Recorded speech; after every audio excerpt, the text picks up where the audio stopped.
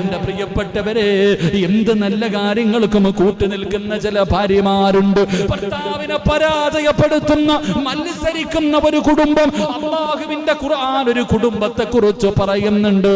പരിശുദ്ധമായ ഖുർആൻ എടുത്തു നോക്ക്. അല്ലാഹുവിന്റെ ഖുർആൻ ഒരു വീടിനെ കുറിച്ച് പറയുന്നുണ്ട്.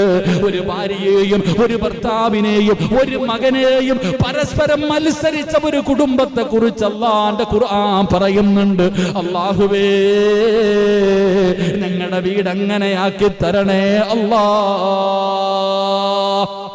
അല്ലാഹുവിന്റെ വിശുദ്ധമായ ഖുർആൻ ഭാര്യ, ഭർത്താവ്, മകന് 3 പേരും കൂടെ മത്സരിച്ചു. അങ്ങനെ മത്സരിച്ച ഒരു വീടിനെ കുറിച്ച് ഖുർആൻ പറയുന്നുണ്ട്. അല്ലാഹു അങ്ങനെയുള്ള കുടുംബമായി അല്ലാഹു നമ്മുടെ കുടുംബത്തെ സ്വീകരിക്കുമാറാകട്ടെ. അല്ലാഹു സ്വീകരിക്കുമാറാകട്ടെ. എൻ്റെ പ്രിയമുള്ള സഹോദരങ്ങളെ, ഒരു വാപ്പ, ഒരു ഉമ്മ, ഒരു മകൻ. ആരാ 3 പേരെന്നറിയോ? എൻ്റെ പ്രിയപ്പെട്ട സഹോദരങ്ങളെ, മഹദിയായ ഉമ്മു സുലൈം റളിയല്ലാഹു തആല അൻഹ.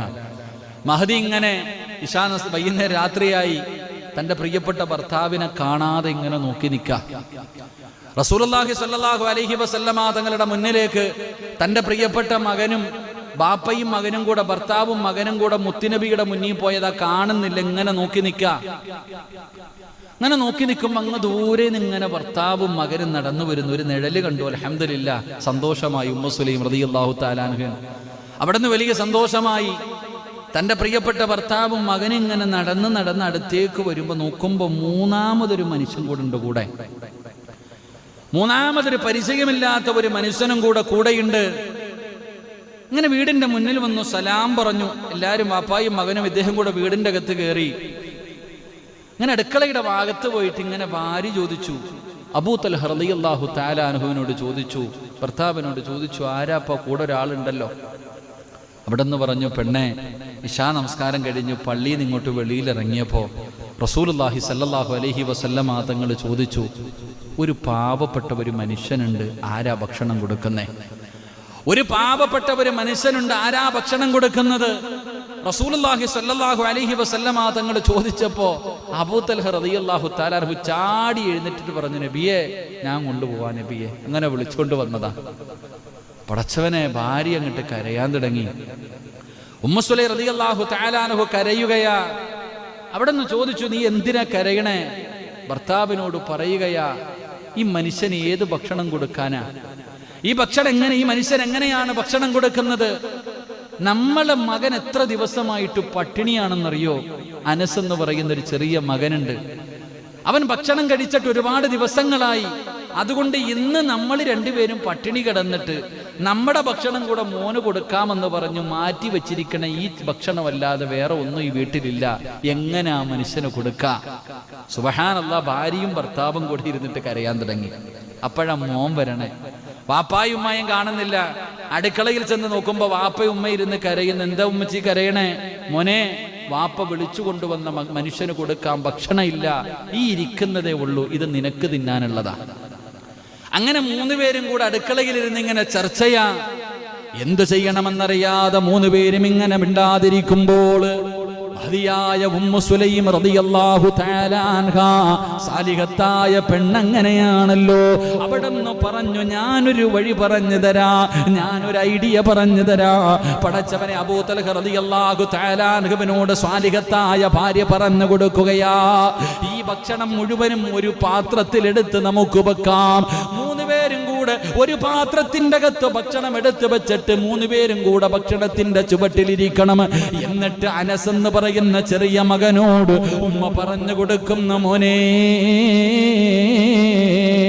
എന്റെ മകന് ഭക്ഷണം കഴിക്കാൻ പാടില്ല, പാത്രത്തിന്റെ അകത്ത് കൈയിടാൻ പാടില്ല. എന്റെ മോൻ എന്ത് ചെയ്യണമെന്നറിയോ? ആ കത്തിച്ച് വെച്ചിരിക്കുന്ന വിളക്കങ്ങ് തട്ടിയണക്കണം, എന്നിട്ട് ഇരുട്ടത്തിരിക്കണം. എന്റെ പൊന്നുമകന് ഭക്ഷണം വാരിക്കടിക്കരുത്. വാപ്പ വിളിച്ചു കൊണ്ടുവന്ന പാവപ്പെട്ടവനെന്ന് നമുക്ക് ഭക്ഷണം കൊടുക്കാ. അവിടെ ഉമ്മ തന്റെ മകനോട് പറഞ്ഞു കൊടുക്കുകയാണ്, പടച്ചവനെ, ഭക്ഷണം എടുത്തു വെച്ചു. 3 പേരും കൂടെ പാത്രത്തിന്റെ ചുവട്ടിലിരുന്നു. അനസ് എന്ന് പറയുന്ന ചെറിയ മകനുണ്ടല്ലോ, ഉമ്മാന മോനെ നോക്കുകയാ. അവിടുന്ന് ഭക്ഷണത്തിലേക്ക് നോക്കുകയാണ്. വിശക്കുന്നു പടച്ചവര്. വയറ് നിറച്ചു ഭക്ഷണം കഴിച്ചിട്ട് ദിവസങ്ങളായി. അനസ് എന്ന് പറയുന്ന 10-11 വയസ്സിന്റെ ഇടയിൽ പ്രായമുള്ള ആ ചെറിയ മകനുണ്ടല്ലോ, എന്താ ഉമ്മ പറയുന്നത് അനുസരിക്കണോ? അവിടെ ഇങ്ങനെ അങ്ങോട്ടും ഇങ്ങോട്ടും നോക്കുകയാണ്. അവസാനം അല്ലാഹുവേ, ആ സ്വാലിഹായ മകനുണ്ടല്ലോ, അവിടെന്ന് വിളക്കങ്ങണയ്ക്കുകയാ, അവിടെന്ന് വിളക്കങ്ങണയ്ക്കുകയാ. എന്നിട്ട് അഭിനയിക്കുകയാ സഹോദരാ. വാപ്പയും മകനും കൂടെ ഭക്ഷണം കഴിക്കുന്നവരെ പോലെ ഇരുട്ടത്തിരുന്ന് അഭിനയിക്കുകയാണ്. അവസാനം ആ മനുഷ്യൻ അവിടെന്ന് ഭക്ഷണം കഴിച്ചു. അൽഹംദുലില്ലാഹ്, അവിടെന്ന് ദുആ ചെയ്തു. വീട്ടിൽ നിന്ന് ഇറങ്ങിപ്പോവുകയാണ്. അല്ലാഹുവേ, ആ ഉമ്മയും മകനും ഭർത്താവും അന്ന് പട്ടിണിയാ. 3 പേരും വിശന്ന് കിടക്കുകയാണ്. 3 പേരും വിശന്ന് കിടക്കുകയാ. എപ്പോഴോ ഉറങ്ങിപ്പോയി. അവസാനം അല്ലാഹുവേ, സുബഹിന്റെ ബാങ്ക് കേൾക്കുകയാണ്. അസ്സലാത്തു ഖൈറും മിനൻ നൗം. അല്ലാഹുവിന്റെ പള്ളിയുടെ മിനാരത്തിൽ നിന്ന് സുബഹി ബാങ്ക് വിളിക്കുമ്പോ ചാടി എഴുന്നേക്കുകയാ, ചാടി എഴുന്നേക്കുകയാ. ഉമ്മു സുലൈം മകനെ വിളിച്ചുണർത്ത് പള്ളിയിൽ പോകാറ്. അല്ലാഹുവേ, അവിടുന്ന് പെട്ടെന്ന് തയ്യാറായി കിടക്കുന്ന, പട്ടിണി കിടക്കുന്ന മകന്റെ ചാരത്ത് വന്നിട്ട് വാപ്പ വിളിക്കുന്നു, മോനെ പള്ളിയിൽ പോകാമോരെ. വാപ്പാ ശരീരം തളരുന്നു, വാപ്പാ നടക്കാൻ കഴിയുന്നില്ല വാപ്പാ. വാപ്പ പറഞ്ഞു, മോനെ എന്റെ ചുമലിൽ കേറിക്കോ, എന്റെ ചുമലിൽ നിന്നെ ഇരുത്തിയിട്ട് പള്ളിയിലേക്ക് കൊണ്ടുപോകാ. അബൂ തൽഹ റളിയല്ലാഹു തആല അൻഹു തന്റെ പൊന്നാര മകനെ ചുമലിൽ ഇരുത്തിക്കൊണ്ട് പള്ളിയിലേക്ക് കടന്നുപോയി. സുബഹി നമസ്കാരം കഴിഞ്ഞു. അല്ലാഹുവിന്റെ പ്രവാചകം ചോദിക്കുന്നു, ഐന അബൂ തൽഹ, അബൂ തൽഹ എവിടെ, അബൂ തൽഹ എവിടെ? ലബ്ബൈക യാ റസൂലല്ലാഹ്, ഞാനിവിടെ ഉണ്ട് നബിയേ. അല്ലാഹുവിന്റെ റസൂൽ അടുത്തേക്ക് വിളിക്കുകയാ, റസൂലുള്ളാഹി തങ്ങൾ അടുത്തേക്ക് വിളിക്കുകയാണ്. എന്നിട്ട് അവിടെന്ന് പറഞ്ഞു, തൽഹാ, ഇന്നലെ രാത്രി നിന്റെ വീട്ടിൽ നടന്ന വിരുന്നുണ്ടല്ലോ, അല്ലാതെ ഇഷ്ടപ്പെട്ട് അബൂ തൽഹ, അബൂ തൽഹ റളിയല്ലാഹു തആല അൻഹു കരഞ്ഞുകൊണ്ട് ചോദിക്കുന്നു, നബിയേ യാ റസൂലല്ലാഹ്, അങ്ങനെ അറിഞ്ഞു നബിയേ? എന്റെ വീടിന്റെ അകത്ത് നടന്ന രഹസ്യം എങ്ങനെയാണ് അറിഞ്ഞത്? റസൂലുള്ളാഹി പറഞ്ഞു, അബൂ തൽഹ, ഞാൻ മാത്രമല്ല നീയും നിന്റെ ഭാര്യയും നിന്റെ മകനും കടിക്കാനുള്ള ഭക്ഷണം മറ്റൊരു പാവപ്പെട്ടവന് കൊടുത്തിട്ട് നിങ്ങൾ പട്ടിണി കിടക്കുന്നത് കാണാ. ആകാശ ലോകത്ത് നിന്ന് മലക്കുകൾ ഇറങ്ങി വന്ന് അബൂ തൽഹ, ആ ഭാര്യയും ഭർത്താവും മകനും കൂടെ മത്സരിച്ച് കിടക്കുകയാണ്. ഇവര് 3 പേരും ഉള്ള ഭക്ഷണം ഒരു പാവപ്പെട്ടവന് കൊടുത്തിട്ട് ഇവര് വീടിന്റെ അകത്ത് കിടന്നുറങ്ങുന്നത് കാണാൻ അല്ലാഹുവിന്റെ മലക്കുകൾ സുബഹി വരെ ഇറങ്ങി വന്നെന്ന് മുത്തുനബി പറയുമ്പോ, എന്നിട്ട് അവിടെന്ന് പറഞ്ഞു, അബൂ തൽഹ, ഇന്നലെ ജിബ്രീൽ വന്നു, പരിശുദ്ധമായ ഖുർആനിൽ ഒരു ആയത്തിറങ്ങി. ഇന്നലെ ആകാശം കടന്ന് മുഖറബുൽ അംലാഖ് മലക്ക് ജിബ്രീൽ അലൈഹിസ്സലാം ഇറങ്ങി വന്നു.